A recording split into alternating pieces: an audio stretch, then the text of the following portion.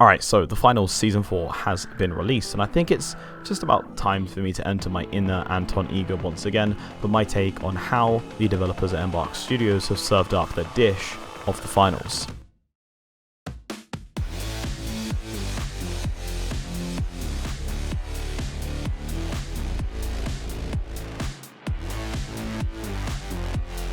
That's right, Embark Studios have actually given us a sponsorship for this video, and the thing that I really like about this sponsorship is that they still gave me the freedom to have an unbiased review. So obviously I do have some things that I feel like can improve. However though, please obviously help out by clicking the link in the description as well to find out a bit more about what the finals can offer you, whether you're a content creator, of course, whether you're just, a player that loves playing games, or even an aspiring pro looking to get into the finals, because obviously this season is really heating up. And I think that it's actually the perfect time to join our growing community. So let's go straight into our starters for the menu today. Of course, we do have the brand new sponsor system added into the game. You get to choose between 3 sponsors. You have Engimo, Isolt, and Holtol as a selection. This essentially allows us to choose who we want to work with throughout our career in Season 4. And essentially, it's something that I have been wanting in the game for a long time. It just kind of makes sense.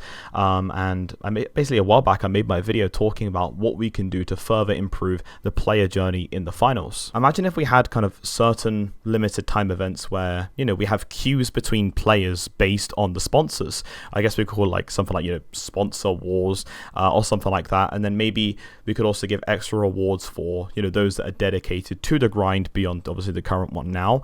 And when I mean dedicated to the grind, I mean not just obviously having a high KDA, for example. I feel like it would be kind of cool to recognize players from certain things too. Maybe even out of the game, have like a Discord service, have in the Discord server some certain things like fan art creation as well for each sponsor, and kind of like do fan art battles between sponsors. I think that would be pretty sick.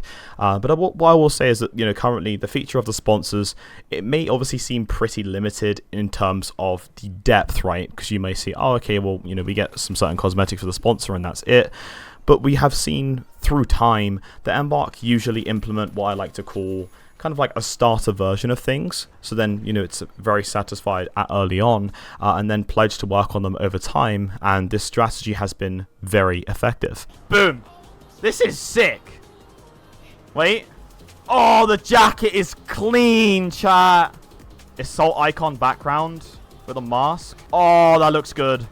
I'm sorry, chat. It looks good. Obviously, one of them was the private matches, of course. They have started to begin their work on it, and they have told me personally as well that they will be planning to expand on the private matches, custom games, and spectator feature. But I think a bit more than that is the ranked experience. I think this one's absolutely massive. In Season 2, for example, we had kind of, I would say, a less than ideal rank system. I think you guys would agree with me as well.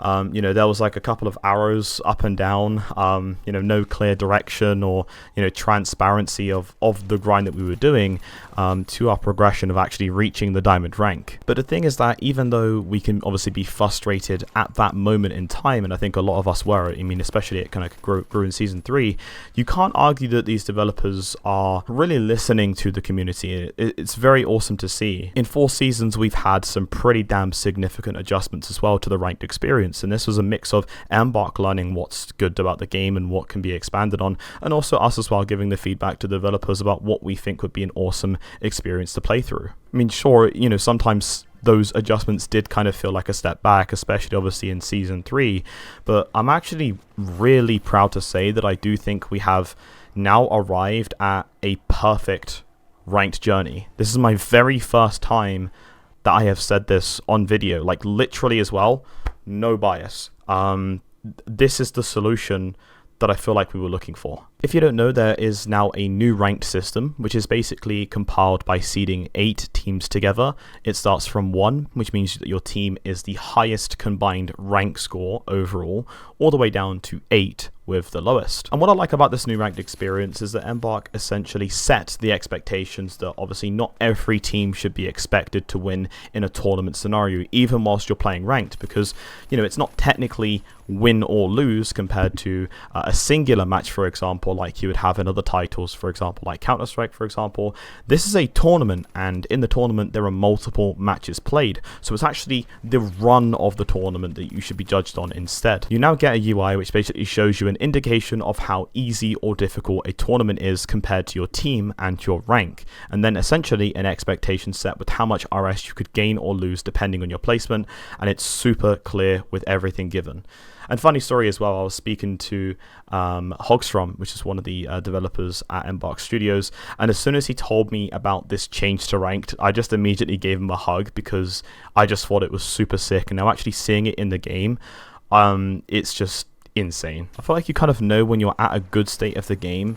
If I don't really have anything much else to improve on for that, typical overall experience, like the ranked feels solid in terms of the tech and the ideas behind it now, and I really recommend it if you want to play with your full stack. Now we move on to our main course, which is actually presenting to us the all new map Fortune Stadium, and it actually complements the transition over from the starter very well, because this is actually featuring that sponsorship battle that we were talking about, however actually presented in an arena map format. I've personally been really enjoying the map. I kind of like how a lot closer everything feels together. It makes the pacing of the game a lot faster. Obviously it is more suited towards close quarter combats as well, but there are things like faster rotations in the game. I do think there can be a little bit more in terms of expansions for that. The verticality of the maps as well has also been something very enjoyable to play around.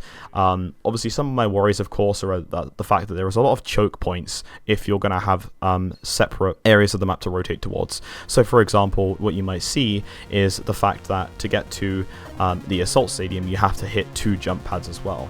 And obviously, sure, you might be able to get different alternative ways to cross, but it's a choke point, right? If a team is defending a cash out, they can actually play aggressively to defend that choke point, because players have to jump over in order to actually cross to enter the cash out site. But let's just talk about the actual environment, okay? The holographs, like in the sky when you look up, they're kind of like a sort of preview of what the sponsors are about, which I think is really cool.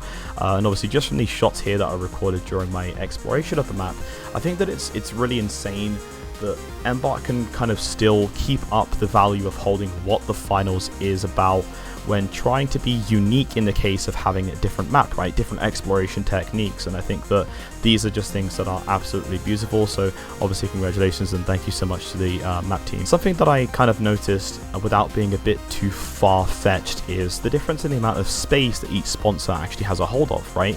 So we can see here that Assault is on top of the largest sections of buildings and areas secured here. I think they have 3 sections, and then Holtol is next there with 2 sections secured, and then finally if you look at engine mode, they only have 1 section.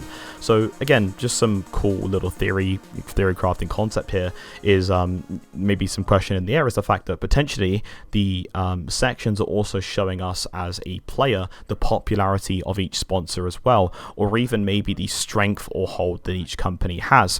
For example, Assault could be the richest of the companies in the lore of the finals because they have the most space secured, and you could even say that the companies who actually offered to bid for the spaces in the arena, because why were these specific sponsors actually given access to be placed in this arena? What I think would actually be really interesting is to kind of see if or how the lore kind of develops with this map as well, because obviously as we know right now, obviously Assault has the most sections, but let's just say if something happens in the lore and then Holtol might take over, and then Holtol might take over an area of the Assault building, for example, so then it's back down to 2-2-2. Obviously that's something that's going to be quite interesting to see how we'll track over time, and something quite interesting is that we have actually seen this kind of happen before with Embark. If you remember, if you've been playing World Tour and you get past the gold rank, there are some areas of the map which actually change over and get replaced by sponsors. So the tech is there, that is actually in the game already, and I think that this is going to be something that we might actually see throughout the season, maybe as well. Again, I might be a bit too far-fetched, but I think it'll be pretty cool, so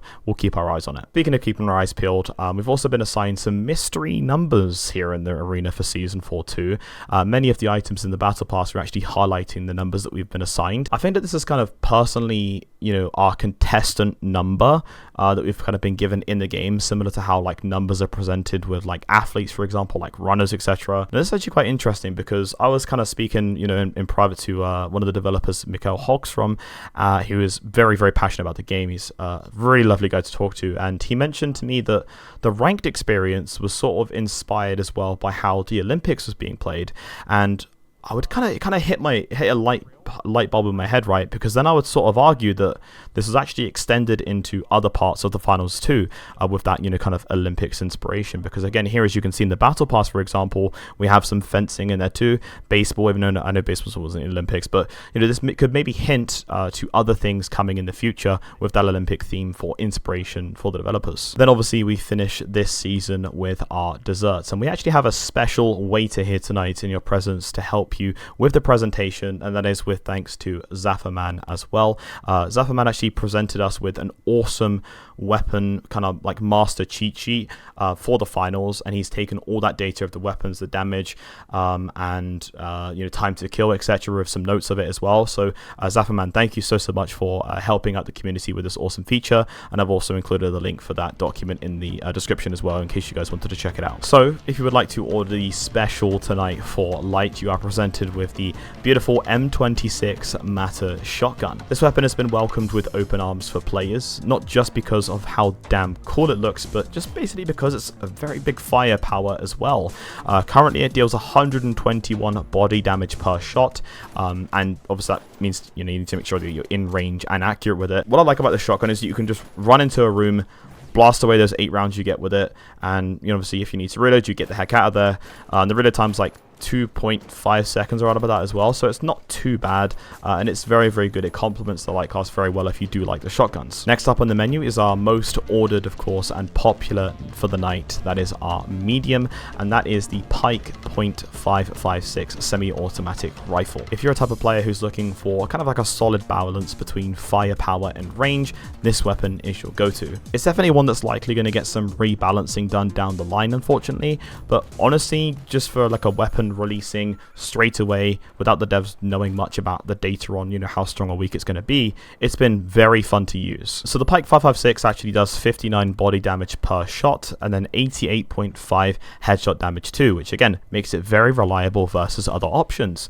And the thing that I've kind of found interesting with the 556 is I was watching players who are new to the game playing with this weapon, and obviously it's been a very satisfying sight seeing them kind of adapt and understand how to use that weapon. They're kind of like learning and adapting to the gunplay as well, because the weapon was so strong that obviously it could beat out a lot of strategies that seasoned players of the finals are doing. But obviously this is a good thing, because then that means that the new players are at least learning a bit about the finals each time, and they're not getting so punished that they're getting completely shut out of the game. And finally, of course, we have, I guess, the happy hour house favorite right now for the menu, and that is the .50 akimbos on the heavy class as well. And these are just outright the sickest weapon so far to be added into the game. I think I recently made an appearance on Summit 1G's live stream with Jar Jar. We was with Timac as well, Judd, Poland, and Nine Kid, and hearing the feedback from these players kind of discovering the finals a little bit or returning to the finals, so many people pointed out how sick the style was and the animation was of these akimbos that I think these devs at Embark know that they have done an incredible job with it. I will say this weapon is busted. Okay, it has a 44 body damage, right, which isn't that bad, but then you have 88 headshot damage as well, and that literally sounds pretty familiar to the medium weapon, the Pike, right? So if you're precise with these headshots, you will literally find yourself mowing down enemies with ease. So that's it overall with the weapons in the game, and I just feel that they have done an excellent job with them. Like, I hope that they don't all get nerfed into the abyss, because again, new players or players returning to the game, some of them might have actually picked up these weapons because they're fun and gotten used to them. So obviously nerfing them would be very frustrating for those players too, and then they would have to adapt to the game, and maybe they might get frustrated with it. So, I don't want them to get shelved in terms of the nerf, but I would still like them to be viable for players who are playing with them now. Obviously, I do have some criticisms for the game as well, but obviously, these are just general bugs as well, and some hitches. Like, for example, like the light sword has been ridiculously annoying to play against. Like, you light sword boys, you guys are super fun players, of course, because you guys are menaces dashing around the arena, but you guys are just teleporting on our screens, okay, and that's just outright annoying, especially for new players as well. I can't imagine how frustrating that is to play against. I do think that the spawns on Fortune Stadium as well can be predicted very easily. I don't know what's up with the spawn system. I know that they added like a new tech spawn system for Season 4, and even though I do think that it has actually given less third parties, personally in my experience, I feel like they're a lot more predictable. So I don't know if they can do anything necessarily around that, because especially on Fortune Stadium, because it's such a small map, that has been a map that is very predictable now as well. The thing is, these are things that I know will be fixed in due time, right? I mean, this is just for you, if you're currently a new player picking the game back up again, this is the time where you're going to see bugs and you're going to see things that you're not happy with.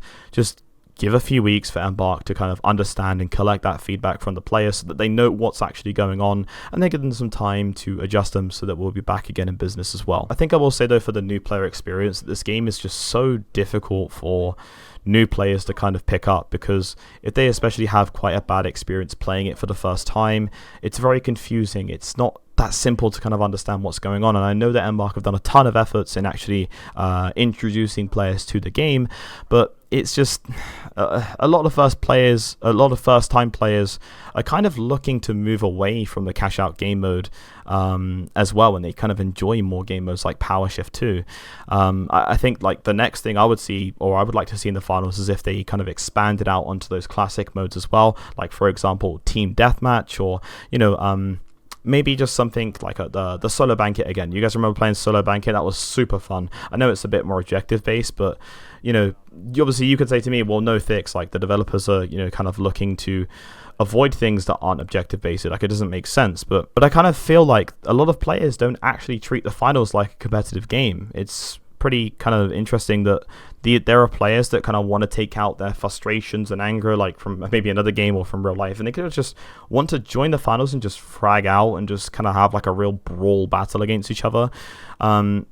Maybe you could have like something like a compromise between it, like maybe it's like Rush, for example, like the Conquest game mode. I don't know the legalities behind it, if Embark can do something along those lines too, but things like that would be really fun to be added into the game. And I feel like having something to just that doesn't really give you a rating or objective base or a goal would just be kind of more chilled, just to kind of get into the game or even warm up playing the finals as well. Obviously, I'm not turning away from the competitive side of the game. Competitive still has a place here for sure, and obviously I think the game would actually be even stronger if esports was obviously in the finals as well.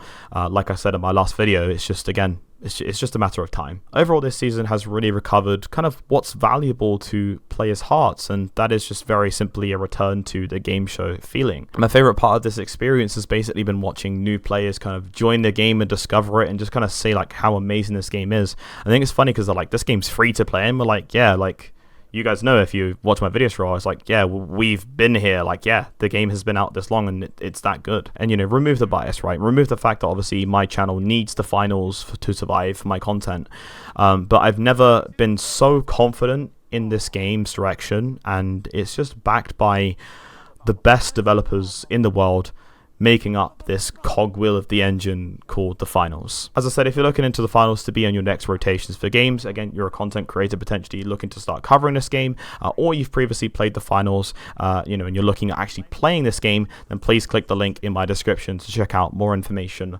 on the finals.